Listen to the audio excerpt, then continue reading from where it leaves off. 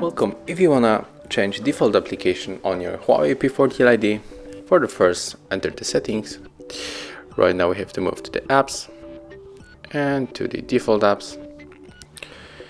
And for example, we can go to the browser. But as you can see, currently there's only one browser on this smartphone. So let's go to the app gallery and download one of the available browser. Okay, now we have to move on home, and right now we can go for the Opera. Click on install, and now just wait a little bit.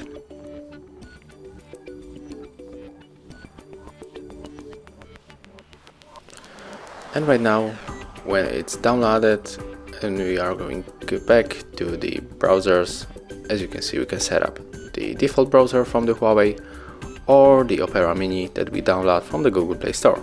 So just pick your favorite. I will go for the Opera.